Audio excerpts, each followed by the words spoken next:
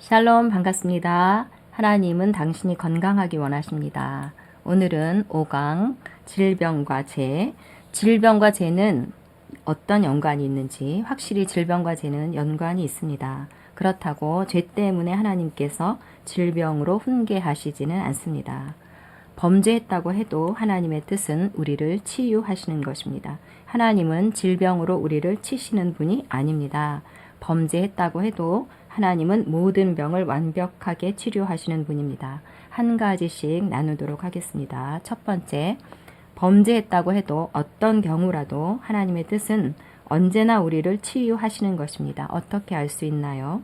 예수님을 통해서 알 수 있고 성경 말씀을 통해서도 알 수 있습니다. 예수님께서 이렇게 말씀하셨습니다. 아버지께서 하시는 일을 보지 않고는 아무것도 스스로 할 수 없나니 아버지께서 행하시는 그것을 아들도 그와 같이 행하느니라. 예수님은 아무것도 스스로 할 수 없고 오직 아버지께서 어떻게 행하시는지를 보고 그대로 행하신다고 하셨습니다. 그러니까 예수님이 어떻게 행하셨는지를 보면 하나님의 뜻이 무엇인지 알 수 있는 것입니다. 예수님은 하나님의 영광의 광채시고 하나님의 인격의 정확한 형상입니다. 하나님의 정확한 형상이라는 말씀은 하나님과 꼭 빼닮은 복사판, 완벽한 표현이라는 뜻입니다. 예수님은 하나님을 완벽하게 표현하신 분입니다. 그래서 예수님의 삶을 보면 하나님이 어떤 분이신지 그리고 치유에 대한 하나님의 뜻이 무엇인지를 알 수 있습니다. 예수님은 누군가에게 병을 내리신 경우가 단 하나도 없습니다. 예수님은 단 한 명도 치유하기를 거절한 적이 없었습니다. 사람들이 예수님의 치유를 받아들이기를 거절한 경우는 있어도 예수님이 거절한 적은 없었습니다. 그런데 예수님의 사역을 통해서 보면 죄와 질병이 묶여 있는 것을 알 수 있습니다. 마가복음 2장에 중풍병자를 고치실 때 작은 자야 내 제사함을 받았느니라 라고 말씀하시면서 죄를 용서해 주시고 중풍병도 고쳐주십니다. 죄로 인해서 중풍병이 왔다는 것을 알 수 있지요. 그럴지라도 죄를 용서해 주시고 중풍병을 고쳐주셨습니다. 요한복음 5장에 보면 베데스다 목가에서 38년 된 병자를 고쳐주시는 장면이 있는데 나중에 그를 만나서 보라 내가 나았으니 더 심각한 것이 생기지 않게 다시는 죄를 범하지 말라고 말씀하십니다. 이 말씀을 보면 죄와 질병이 연관이 있다는 것을 알 수 있습니다. 그래도 예수님은 질병을 고쳐주셨습니다. 아무리 범죄했다고 해도 질병을 고쳐주시는 것이 하나님의 뜻이라는 것을 알 수 있습니다. 또 이 말씀을 통해서도 치유가 하나님의 뜻임을 알 수 있습니다. 한 나병 환자가 예수님께 와서 주여 원하시면 저를 깨끗하게 하실 수 있습니다 했어요.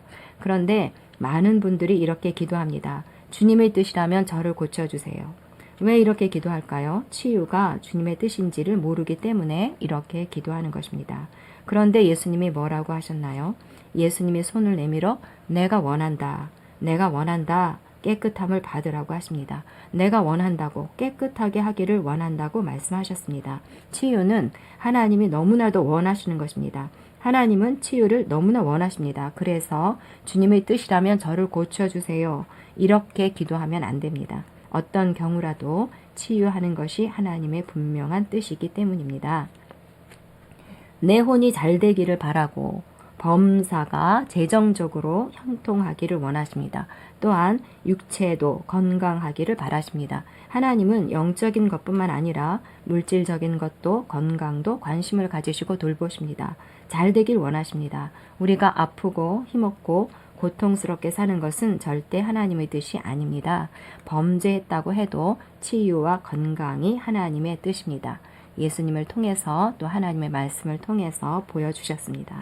두 번째, 범죄했다고 해도 하나님은 질병으로 우리를 치시는 분이 아닙니다. 구약의 율법 아래에서도 질병과 연약함은 저주였습니다. 신명기 28장에 보면 하나님의 말씀을 청종하는 자들에게는 축복이 또 하나님의 계명을 지키지 않는 자들에게는 저주가 임한다고 기록되어 있습니다. 전염병, 폐병, 열병 이런 병들이 나열되어 있는데 이 모든 질병은 계명을 지키지 않는 자에게 임한 저주였습니다. 질병은 축복이 아니고 저주입니다. 그런데 우리 그리스도인은 구약의 율법 아래 있지 않고 새 언약 안에 있습니다. 그리스도께서 우리를 위해서 저주를 받으셨습니다. 그래서 우리를 율법의 저주에서 속량하셨습니다. 또한 예수님이 십자가에 달려 죽으실 때 우리도 함께 달려 죽었습니다. 예수님이 십자가에 달려 저주를 받으실 때 우리도 함께 저주를 받았습니다. 그래서 예수님의 십자가에서 우리의 모든 저주가 못 박혔습니다. 그리고 우리는 우리의 행위가 아니라 예수님을 믿는 것 하나 때문에 그리스도 예수 안에서 모든 저주가 끝나고 축복을 받은 자가 되었습니다. 우리는 그리스도 안에서 믿음으로 말미암아 신명기 28장에 열거된 축복에 들어갑니다. 우리는 그리스도 안에서 신명기 28장에 열거된 저주로부터 속량되었고 해방되었습니다. 그래서 그리스도 예수 안에 있는 우리를 하나님이 질병으로 치실 수 없습니다. 예수님과 함께 십자가에서 하나님의 저주를 받았기 때문입니다.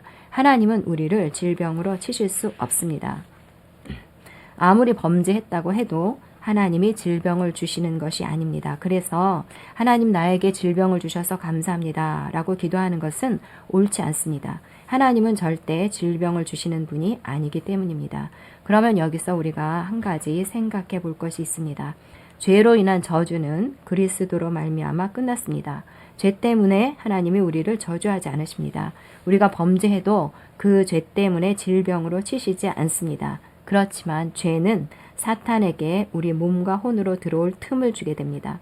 죄에 순종하면 마귀에게 순종하는 것이기 때문에 마귀에게 문을 열어주는 것이 됩니다. 죄에 순종하면 죄의 종이 되고 사망이라는 열매를 맺습니다. 죄를 범하면 질병이 오기도 하고 환경이나 삶에 문제가 생깁니다. 죄로 인해서 마귀에게 문을 열어주었기 때문에 생기는 일입니다. 죄를 범할 때 마귀는 우리 몸에 질병을 줄 수 있습니다. 뿐만 아니라 죄는 하나님을 향한 우리의 사랑이 식어지게 만듭니다. 그러나 그럼에도 불구하고 우리를 향한 하나님의 사랑에는 변함이 없습니다. 하나님과의 관계에는 변함이 없습니다. 내가 죄 가운데 살아도 여전히 나를 사랑하십니다. 그래서 우리는 죄 가운데 있을 때 혹은 죄로 인한 심각한 질병이 왔을 때 하나님 앞에 나아갈 수 있습니다. 하나님의 보좌는 심판의 보좌가 아니라 은혜의 보좌입니다. 우리는 우리의 행위가 아니라 하나님의 의를 가지고 얼마든지 담대히 나아갈 수 있습니다. 하나님, 제가 잘못했습니다. 제가 돌이킵니다. 이렇게 죄를 자백하고 하나님께로 돌이키면 하나님은 그 기도에 응답하십니다. 또한 죄를 자백할 때 마귀가 들어오는 문이 닫히고 더 이상 마귀가 질병으로 공격할 수 없게 됩니다. 그래서 우리가 정확하게 알아야 하는 것은 하나님이 질병을 주시는 것이 아닙니다. 마귀가 질병을 주는 것입니다. 우리가 죄를 범함으로 마귀가 들어올 수 있도록 문을 열어준 것입니다. 그러면 우리가 죄를 범할 때 하나님은 가만 계실까요? 그렇지 않습니다. 죄를 범할 때 하나님은 우리에게 말씀하십니다. 그렇게 하지 마라. 그만둬라. 계속 말씀하시고 죄에 짓지 않도록 여러 방해물들을 앞에 두십니다.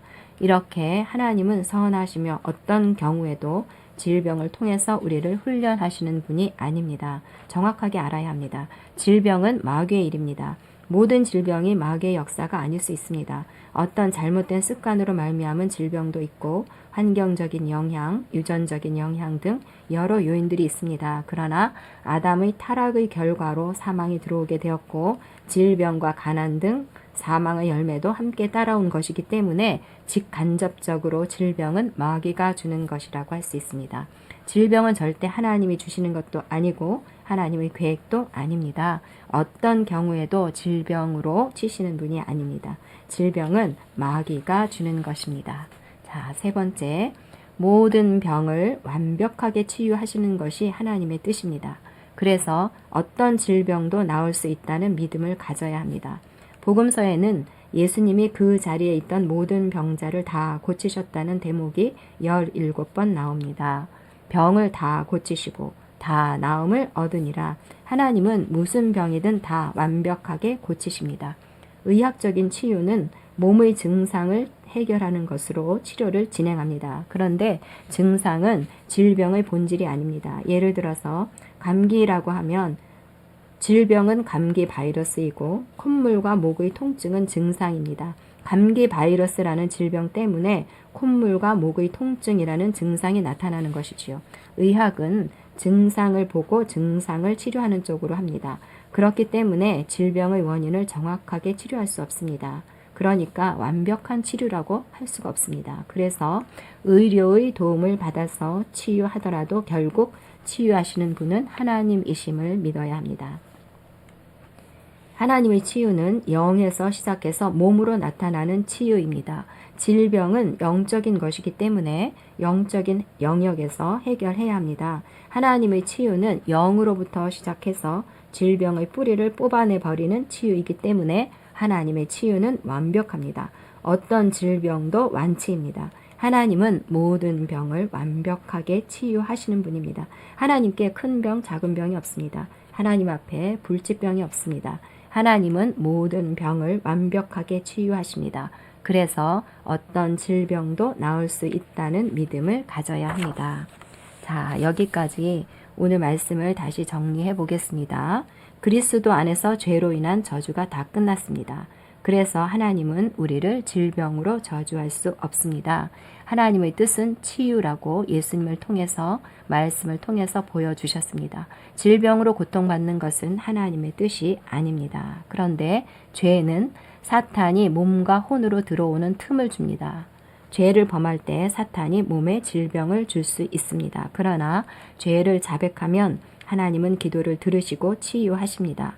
죄를 자백하면 사탄이 들어오는 틈을 막게 됩니다. 질병은 하나님이 주시는 것이 아니고 마귀의 일입니다.